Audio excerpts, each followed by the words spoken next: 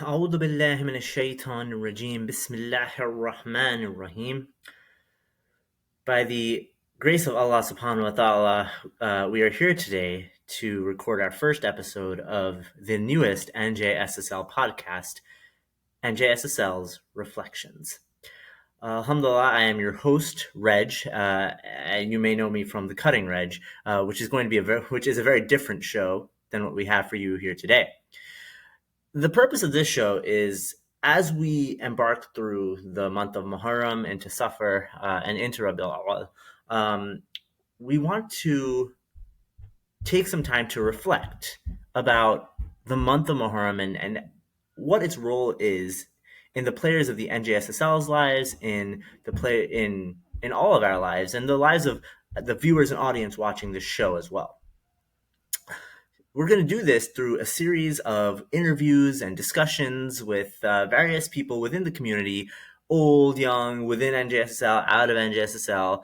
And I'm hoping that not only do we learn from these discussions, but we have a good time and can all relate to these discussions as well. Our first guest today is somebody who has grown up within the New Jersey community. He is a longtime attendee of Astana Zehra. He is a kid who I had the pleasure to say that he is one of my younger brothers, without a doubt. He is the author of Infallible Wisdom. He is one of the multi-time MVPs within the NJSSL, and he is a guy who is known not only for being a great human, a great player, but also a great baker and cook. And so please welcome my guest at this time, Zain Jaffery. Assalamu alaikum, Zain. My man, how's it going? Wa alaikum assalam. Good, bro. How are you? I'm good. Alhamdulillah. Can you hear me okay? So we can hear you wonderfully. Okay, And cool. might I say, not only can we hear you wonderfully, but we can always also see such a wonderful human you are just by looking at you No, today. that's you. Oh, are you wearing a blanket? I am wearing a You look blanket. I nice and am. cozy. I know it's kind of chilly down here. Clearly the opposite for you with that fan Yeah. on. But how are things going? How's your Muharram been so far? How's life? All of Things the are above. good, man. Alhamdulillah. I think, this Muharram has been off to a great start. Learning a ton. I really Good. like the Milana that's at Astana right now. I actually don't know his name. That's okay. Um, I got you. So at Astana we have Moana Muslim Chawla right now, who okay, is a nice. local from DC actually. Oh, no way. Okay, nice. Yeah, Yeah, he's been speaking about things that are very practical and the deeper meaning behind the things that we do, which I personally love. But there's I know the speaker at MFI right now is also amazing. A speaker who's speaking at El Hui. I don't know anyone's name that's clearly. okay. I got you. So at MFI we've got Sayyid Muhammad Rizvi, Yeah, Moana yeah. Muhammad Rizvi. Plan to go At listen to him today, so inshallah it's gonna be good. Yeah, no, alhamdulillah. He's I haven't been able to make it down there, but I've Yeah. known historically he's always a good lecturer. Okay, nice. And then I think it's Moana Khasid Abbas is at Hui. Yeah, Hui. Yeah, he No, I came was thinking. for the Saturday Majalis at Astana, Yeah, which was really good. Um, yeah, really deep, honestly, which I enjoyed. yeah. Which it's a we. I feel like a lot of times it's hard to get that from an Urdu lecturer, but I think he Yeah, did a really good job with yeah, that he did an amazing for job. And sure. then Sheikh Azhar Nasir, obviously. There's so many good lecturers out there. I wish I like something we should work on. Honestly, is like collating. Nabil's really good at this at like summarizing notes from each lecture. If we could Yeah, summarize notes from all the lectures across all the amazing and like speakers we share have it. and just share it in a shared drive, that would be amazing. Yeah, I know. I Honestly, mean, that would be epic it would probably be because bad for the speakers because we know everything that every single one has talked about. So, But that's the interesting thing about like these lectures, right, in Muharram, right? Like you hear it one time and you'll take something away from it, but if you were to go yeah, back and hear it again, like you'll definitely catch a point that you just totally like yeah, overlooked the that's first so time, true. right? And So it's yeah, like a mojiza, honestly, like a miracle that I mean, this has been happening for what, more than 1400 years. Hmm. And for our lives specifically, like what, 27 years I've been going to majlises, and every single one you attend, you learn something. You know, Yeah, it's pretty yeah, incredible. 100%, 100%. And I would say, like, I feel like with you and me specifically, right? Like, we grew up kind of in the same community, Yeah. pretty much our whole lives. Hmm. And I just want to hear kind of your aspect or your thoughts on this, but with Muharram, with Ashur, with just in general Azadari, right? Like, Yeah. having grown up in that sort of atmosphere, like, how do you feel like it shaped your life as a child, and then as a teenager, and now as an adult as well? Yeah, of course. Honestly, and I feel like this is like the journey everyone goes through, right?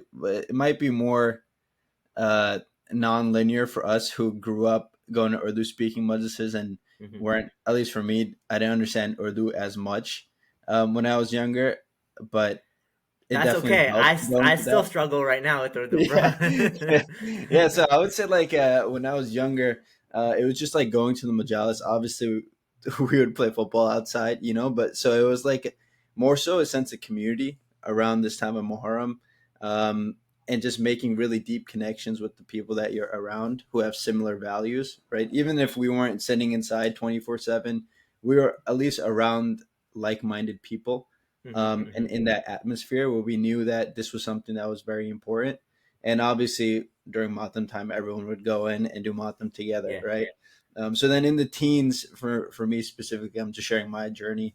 yeah. In the teens, having that all instilled within you is like, all right, let me sit inside, whether it was voluntarily or not. If you know what I mean, you know what I you know what I mean. If Why you can't grew up my going to friend? Astana, yeah.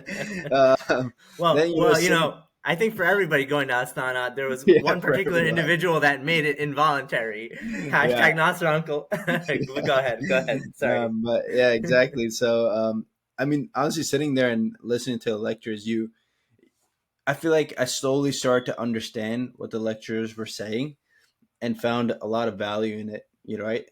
And just sitting there, like I feel like although I might not be able to speak Urdu as fluently as some of our other brothers in NJSSL, like I feel like I was then able to grasp what the lecturers were saying, and then obviously more English lecturers started to come in. Yeah. You start to understand what's happening. You start to understand at a deeper level, like what happened, why it happened, and Hmm. and the depth behind with which Imam Hussein and his family were massacred and what they were massacred for, right?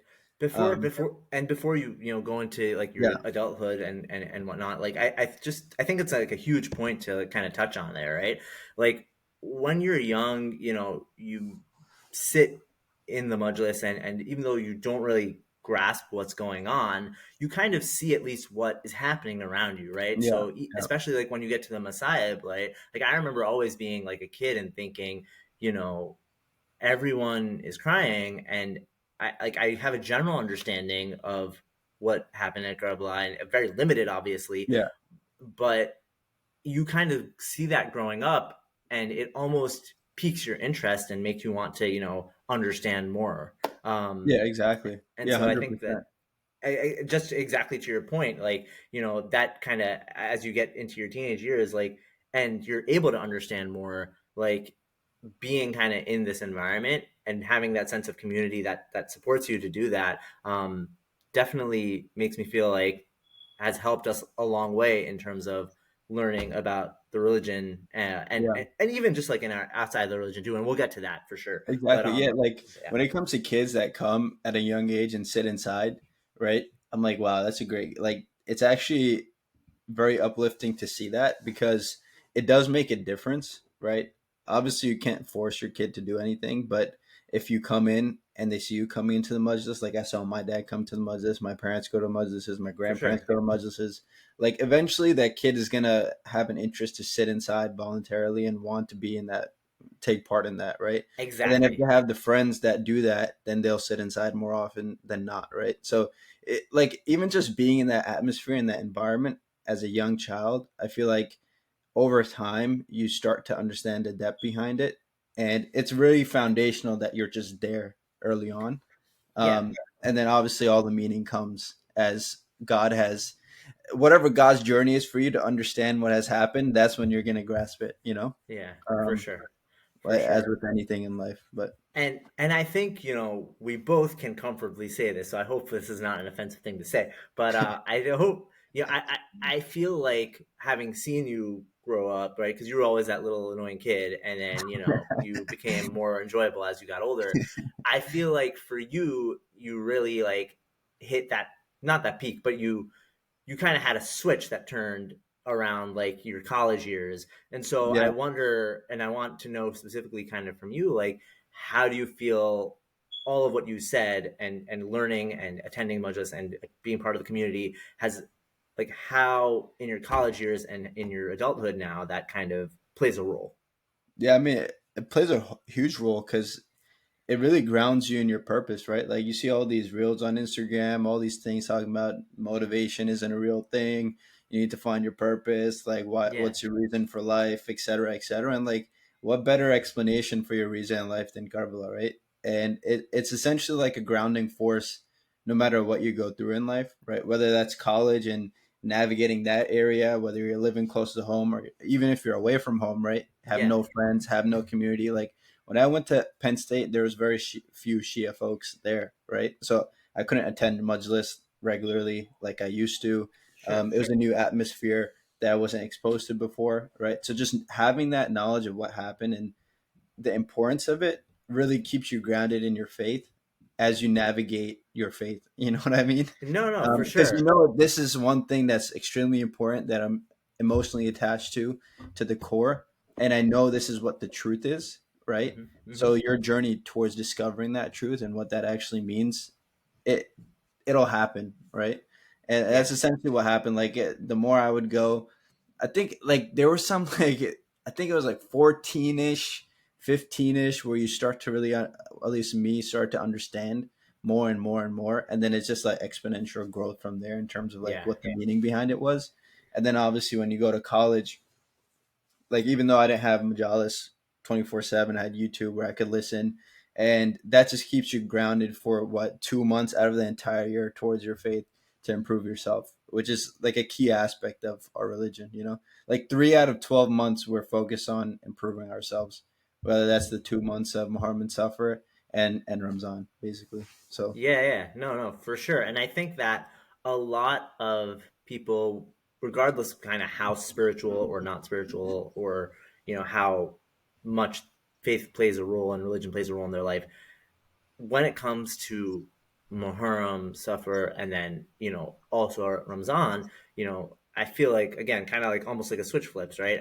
yeah, And Alhamdulillah, it's like an ideal time for you to reconnect with your faith. yeah, for And sure. even for people that, like, I feel it all the time, right? Like the moment first Muharram hits, it's like all my entire day Yeah, that is not exactly. like related to like work or whatever is like YouTubing like lectures, YouTubing Yeah. like Nohe, and attending Majalis, and it's nice to be able to have that. Yeah, Um, it's honestly a beautiful thing, and mhm.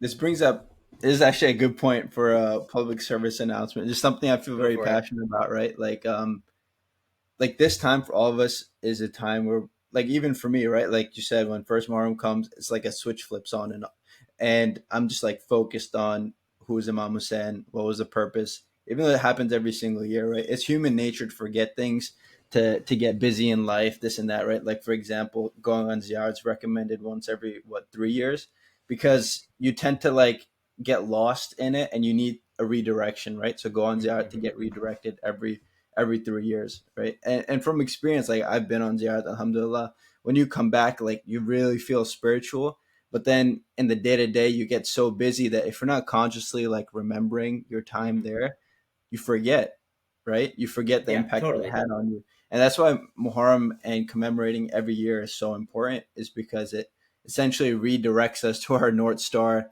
after a year of just busyness and maybe forgetting about things, et cetera, right? And it's important to note that like everyone's at a different level. I know there's that like, oh, these are 10-day Shias, whatever, right? But as long as someone's coming and trying to improve, like we don't know their intention. So like a big thing you hear nowadays is like criticism for what other people are doing, what Hmm. this person's doing throughout the year, and only in Muharram they're And doing social this. media only makes that worse. Yeah, exactly. Social media has been crazy this year, right? And Yeah. it's like focus on yourself, right? Like focus on your intentions. Like if you're a reciter, why are you reciting something, right? Hmm. Are you reciting the newest and latest know-how just because you like the way that it makes you feel, or are you genuinely reciting out of your sincerity for Imam Hussein, right? Hmm. Like why are you doing the things that you're doing? And I feel like we always need to question that, right? And I feel like Muharram's a great time to do that because every year we have another season to commemorate Imam Hussein and to redirect us to the North Star, right? So, Yeah, you know, absolutely. don't judge other people. You're not better than anyone, no matter how much no hair you read, no matter how much matam you do, no matter how long you sit in lectures, right? You're never Yeah. better than anyone, and you can't think that ever, right? And you can't criticize someone else's path towards spiritual growth.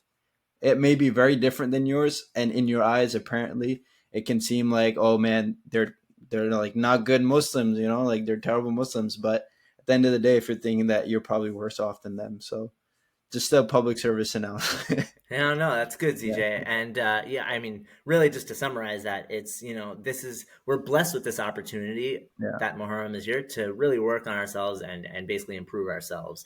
yeah. So I promise I'll stop, thinking of you as a terrible Muslim, ZJ. Yeah, I appreciate it. It is Oh facts, man. though. If Oh that gives no, you no, any no, no. Of course. consolation.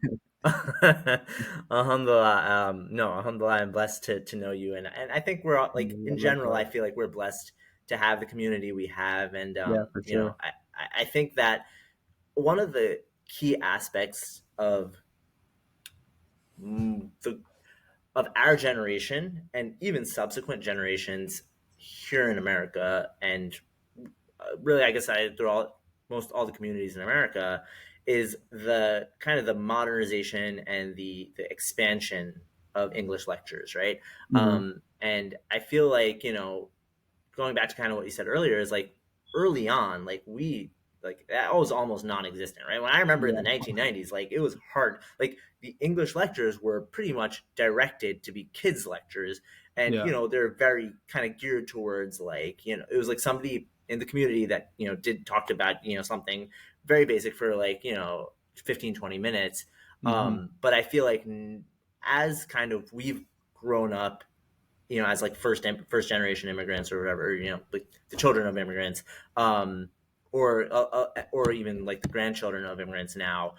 I feel like having that like English lectures is going to be huge going forward in order Yeah, to for continue sure. to spread the message and and continue to allow the people in our communities to really get the same feeling and understanding and grasp of Muharram, Islam, Karbala, everything. So, how do I guess, how did that, the ability to have that in person, those lectures, like, do you feel like that made like a huge impact on your growth, or not?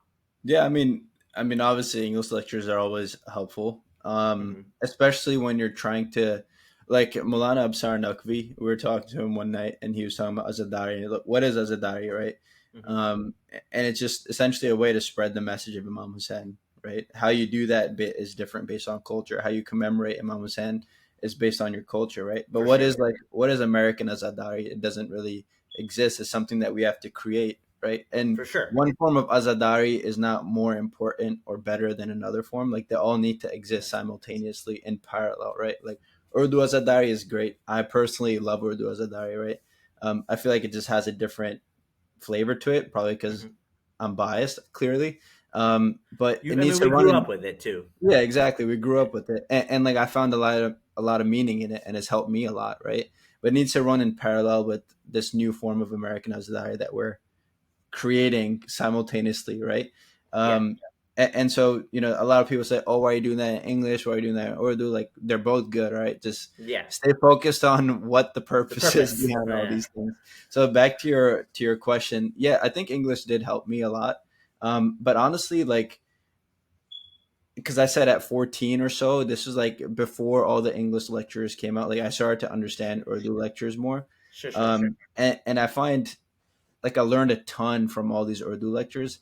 And then obviously like whenever Mulana Mehboob Mahdi would come and he would recite half his lecture in English, and his English is Hmm. very like well spoken, easy to understand, and then his Urdu is also very Very easy easy to to understand, understand. right? Yeah, for Yeah, so sure. like stuff like that was super helpful because you get to grasp the deeper meanings of certain things that you Yeah. didn't know earlier, just because you're able to actually understand what the speaker is saying, right? Yeah, no, no, Um, that's a good point. Like, I would yeah, say both Maulana Mahmoud Mehdi and Maulana Ali Raza Rizvi, who, yeah, again, like exactly. around the time we were like 10 to 14 or like 12 to 16, like Hmm. they were coming basically every year. And I feel like that definitely made a huge impact Yeah, on basically 100%. being able to understand the Urdu parts better and the English parts better. But sorry, Yeah, go on. and like for future generations too, like it's just the fact that like if you compare my Urdu to my parents' Urdu, it's like 10 times worse, probably more than 10 times worse, Okay, right? really. So if you take As one that, might expect. yeah, if you take that exponentially, like I mean, we need to do what we can to preserve what our parents gave us, obviously, and that's on us. Um, but at the same time, it's like people who, for example, convert, they don't know Urdu, right? They're going to need English forms of Azadari or Remembrance of Yeah, Imam Hussain. So I think in the future, like currently and in the future, it's going to be a huge shift in how much it's helping individuals yeah, grow, especially the youngins nowadays, and then even us, like I'm learning a ton from all the English lecturers that are here today, right? Like for example, Sheikh Azhar Nasir, Sheikh Ammar Nakshwani, like all these individuals have really created a wave of knowledge that wasn't tapped into yeah. from an English perspective, right? Yeah, Earlier. yeah, for So sure. No, no, no. that's definitely a huge point. Yeah, I think definitely like the expansion of like these originally Iraqi lecture, like Iraqi background Hmm. lecturers, or like they bring almost like a different flavor Yeah, for sure. of teaching Hmm. to the member, and I think so. It's only basically made it even like there's even more to learn now, as a result of Exactly. that, Yeah, and yeah, that's so it's true. so That's a great. good point. Yeah, Yeah, because like a lot of the earlier lectures, well, I think they focused on a lot of different topics, but a lot of times it's like Fazail of Ahl Bayt, obviously, which hmm, is very important. And like if you actually dive into like what they're saying and like the depths behind creation and who Ahl Bayt actually are, and like they're literally the rope to God. Like without them, we wouldn't have known God. Like they play a very important role in all those lectures. If you actually pay attention to like what they're saying, it's like super deep, right? yeah, for sure. But now with like the English lectures, I feel like it's harder just to convey that the way you do in Urdu madrasas. And, and although they do that, they focus more on like the depth behind certain supplications, what the Ahlbeth actually taught us, how you should act, what your morals should be. Um, what's a high value man, what's a high value woman, for example, right? More You, societal yeah, issues that we're dealing with today that, just like people from Pakistan don't know what we're dealing with, right? So it's yeah, actually very valuable from a societal perspective to have all these different forms of knowledge being transferred. And it's absolutely. only because of Imam Hussein that we're able to spend time listening to them for these 2 months. Yeah, no, no, absolutely, absolutely. It sounds like somebody has been watching a lot of Sheikh Asr Nasser this Just this like, yeah, past I mean, week. we were talking about it in the group chat. So, Fair enough. Fair enough. All right. Well, I guess we're coming towards the end of our episode here. So I guess let me ask one last question for you. sure. Certainly we all want to improve, or certainly, like you said earlier, the goal is to improve ourselves. So Mhm. for those that really, haven't really had a spiritual connection, or don't really have a spiritual connection outside of these couple of months, but really want to grasp the idea and the importance and continue to learn. Um, what would you be your recommendation to somebody? And honestly, like maybe if this is a non-Muslim, like Yeah. what would be your recommendation to really get a basic understanding and a basic learn how to love Imam Hussein? Yeah, I mean, that's a great question. And I ask myself this question like every Muharram, especially this Muharram, is like hitting home like, okay, you're not doing what you're supposed to be doing all the time. Like, why aren't you? Yeah, Like Imam yeah, Hussein sacrificed everything for what? So you could just daddle around and like just forget. to pray and Fajr every now and then, stuff like scroll on this. Instagram all night. Yeah, scroll on Instagram for Yeah, right. hours, get stuck in the Yeah. algorithm. Exactly. So I think, I think, I guess the first point I'd want to make is like, it's important to know why Imam Hussein did what he did, right? Hmm. Um, I, and there's another public service announcement. I feel, but like a lot of times we dilute why Imam Hussein stood up, right? Or we don't convey why he stood up at the forefront of our messaging. I don't know why. Are we ashamed? I don't know. Um, but we tend to hear, oh, Imam Hussein stood up for justice. He stood up for peace. He stood up for equality. Hmm. Like all those things are probably like side effects of why he stood up. But like the main reason why he stood up, he stated it himself. He's like, I stood up to save and preserve the religion of my grandfather, the teachings of my grandfather, and of my Yeah. father, Imam Ali alayhi salam, And I stood up to enjoin in good and forbid evil. Yeah. It's that simple. Islam was being tainted with evil, right? And he stood up to save Islam, period. Right? Yeah. Now, everything that comes out of what Islam is, like he saved true Islam. So, what is true Islam? It's justice, it's equality, it's peace, right? Yeah. It's intellectual, depthness, I guess, if that is a thing. Yeah. I So, think it's it's like, just. I think the word is just depth. yeah, depth. Yeah, Yeah. exactly. So like he rose to awaken the intellect, right? To awaken our minds, to awaken our hearts, and to not be heedless of evil that's going around you, right? Especially if it's evil that's changing the purity of what Islam is, right? And I feel like sometimes we lose track of why Imam Hussein stood up, why he gave everything up, right? It's to save Islam. Question becomes then like, what was so beautiful for Imam Hussein in what Islamic teachings that his prophet or his grandfather and Imam Ali, his father, brought, that he would sacrifice everything and all of his companions would sacrifice everything, stand behind him, and the woman would go through what they went through for what, right? And I feel Right. like that's an important question to ask.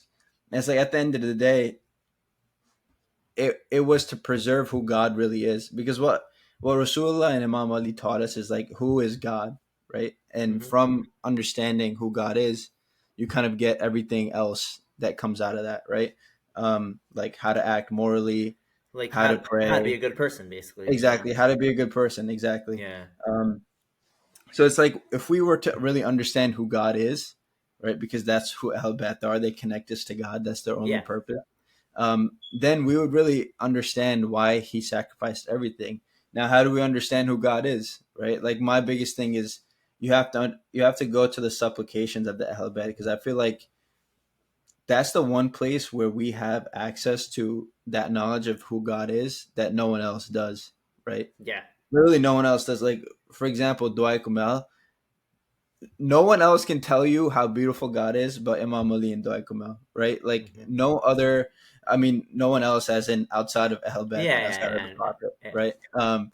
Just to clarify. Or like if you want to like Dua Yastashir, for example, all these supplications that we have exemplify God's beauty, right? Yeah. And And I then would. obviously Quran.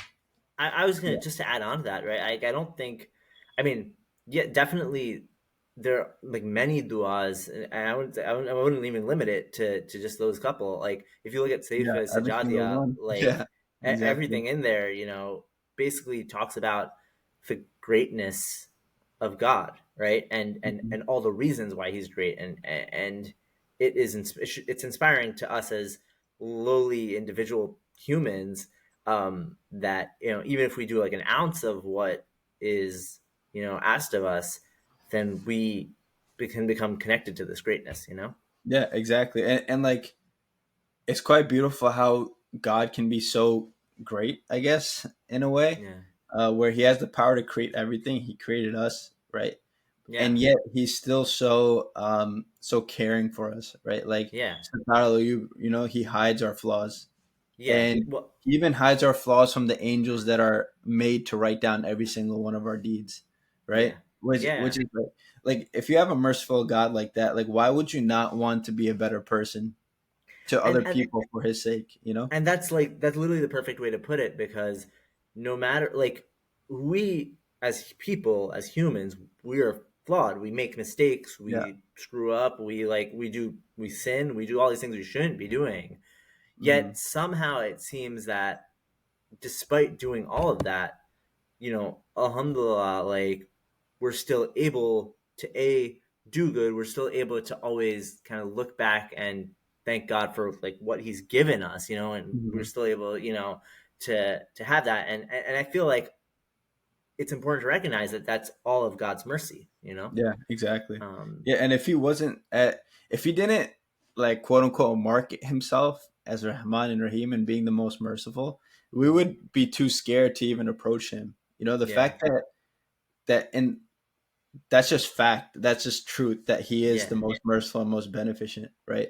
Which enables us to have the heart to actually go to him whenever we do wrong, which means he wants us to come to him no matter how bad we might become, right? Like sure, there's no sin that can go unforgiven if you come with a sincere heart. So yeah, I think like that beauty is what Imam Hussein saved, right? Like who yeah, God is. yeah, And if the more you reflect on that, the more you try to understand who God is and who Ahl Bayt are, because if you want to see who God is, look at how Ahl Bayt act, right? If someone who truly understands God will act the way that the Ahl Bayt act, right? yeah, And yeah, their actions inspire everybody, right? Like going hungry for what 3 days because a poor beggar was at the door asking for food in Ramzan, like giving away their whole income, like Imam Hassan gave away his entire wealth, what two times I think it was. If there's any scholars watching this, apologies if I gave the wrong number. But like it's like Ahlbat are who they are because they understood God, right? Now, if you're inspired by Ahlbat and what they did, then you should try to learn who God is through them, because then you'll start to act like them in essence, right? That's the whole yeah. point. You want to emulate their behaviors.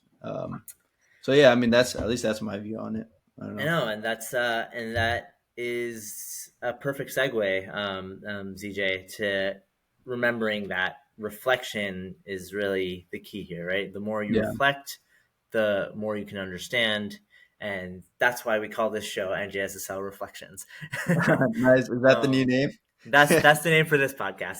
Okay, nice. Um, I like it. but yeah, so I guess with that we'll conclude today's episode. Thank you so much, Zan, Of course, for man. joining us, Thanks for and having giving me. us your reflections Of and course. thoughts.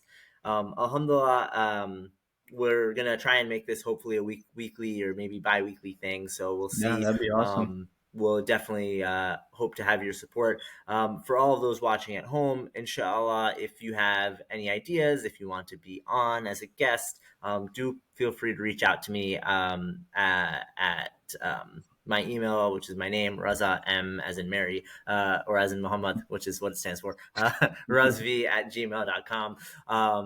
And inshallah, we definitely will have some more episodes for you. If definitely give us any feedback that you can, and we just hope you enjoy, you learn, and you feel connected.